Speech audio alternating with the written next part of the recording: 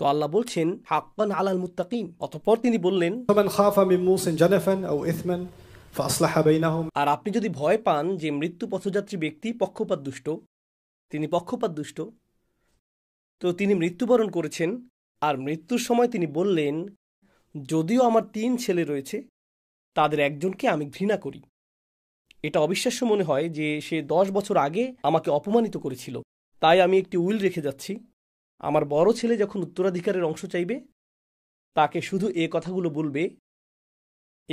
বলবে, আমি তোমাকে কখনো ভালোবাসিনি, তুমি একটি পয়সাও পাবে না, অন্য ছেলেরা সব পাবে। তার মধ্যে পক্ষপাত রয়েছে, তার মধ্যে ক্ষোভ রয়েছে, আর সে এমনকি মৃত্যুর পরও তা ব্যবহার করে প্রতিশোধ নিতে চায়। এখন যারা উত্তরাধিকার নথিভুক্ত করবেন, আল্লাহ সেই মরণাপন্ন ব্যক্তির উদ্দেশ্যে বলছেন না, বরং তাদেরকে সম্বোধন করছেন যারা তার মৃত্যুর পর সম্পদ বন্টন করবেন। তিনি তাদের বলছেন, যদি তোমরা আশঙ্কা করো যে উইলকারী পক্ষপাত দুষ্ট ছিল, অথবা তার অনিষ্টকারী কোনো উদ্দেশ্য ছিল, আও ইসমান ফাআসলাহা বাইনাহুম, সেক্ষেত্রে তোমরা তার উইল প্রত্যাখ্যান করে ন্যায়সঙ্গত কাজটি করবে। যদিও সে মৃত এবং তার ইচ্ছা এমনটাই ছিল, তার ইচ্ছাটা ছিল অসৎ, আমরা এখন সঠিক কাজ করব। সে চূড়ান্ত কর্তৃত্ব নয়, আল্লাহর নির্দেশ অনুযায়ী ন্যায় বিচার করা, হাক্কান আলাল মুত্তাকিন, এটাই উচিত কাজ। যে ব্যক্তি মৃত ব্যক্তির ইচ্ছার বিরুদ্ধে, তার আকাঙ্ক্ষার বিরুদ্ধে যাবে, সে অনেক শত্রু তৈরি করবে।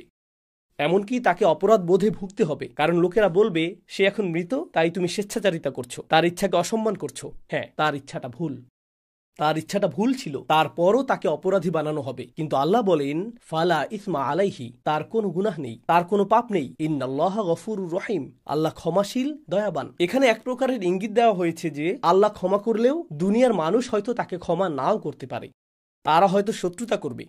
এই আয়াতটির পরে, যার বিষয়বস্তু আর্থিক ন্যায় বিচার, আর্থিক ন্যায্যতা, এর পরেই আল্লাহ বলছেন, ইয়া আইয়ুহাল্লাযীনা আমানু কুতিবা আলাইকুমুস সিয়াম, তোমাদের উপর রোজা ফরজ করা হলো। আগের আয়াতের ঠিক পরেই রয়েছে রোজা। রোজা এখানে কি করছে? আমরা তো আর্থিক বিষয়ে আলোচনা করছিলাম। আমি আরও একটা বিষয়ে দৃষ্টি আকর্ষণ করছি।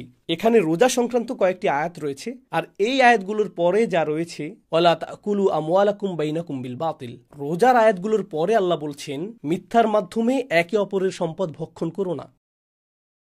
ওয়াতুদলু বিহা ইলাল হুক্কাম, বিচারকদের প্রভাবিত করে নিজেদের পক্ষে রায় আদায়ের চেষ্টা করো না। বিচারকদের কাছে লবিং করো না, সিদ্ধান্ত গ্রহণকারীদের প্রভাবিত করার চেষ্টা করো না যাতে রায় তোমার পক্ষে যায়। লিতাকুলু ফারিকান মিন আমওয়ালিন নাসি বিল ইসম, যার ফলে একটি গোষ্ঠী দুর্নীতি এবং অনিষ্টের মাধ্যমে অন্যের অর্থ আত্মসাতে সক্ষম হবে। তোমরা জানো যে তোমরা কি করছো। বিষয়টা কৌতূহল জাগ্রতকারী। রোজার আগের আয়াতে আর্থিক ন্যায় বিচারের কথা এসেছে, আবার রোজার পরের আয়াতেও আর্থিক ন্যায় বিচারের কথা এসেছে, আর রোজা যেন ন্যায় বিচারের মাধ্যমে স্যান্ডউইচ হয়ে আছে। এর পূর্বের আয়াতে এসেছে হাক্কান আলাল মুত্তাকিন। আর রোজাদারদের সম্পর্কে আল্লাহ প্রথমেই বলেছেন, রোজা তোমাদের উপর ফরজ করা হয়েছে যেমন ফরজ করা হয়েছিল তোমাদের পূর্ববর্তীদের উপর, যাতে তোমরা তাকওয়া অর্জন করতে পারো। তাকওয়ার কথাটি এই প্রথম আসছে না, বরং এটা তাকওয়ার সংজ্ঞারই ধারাবাহিক আলোচনা।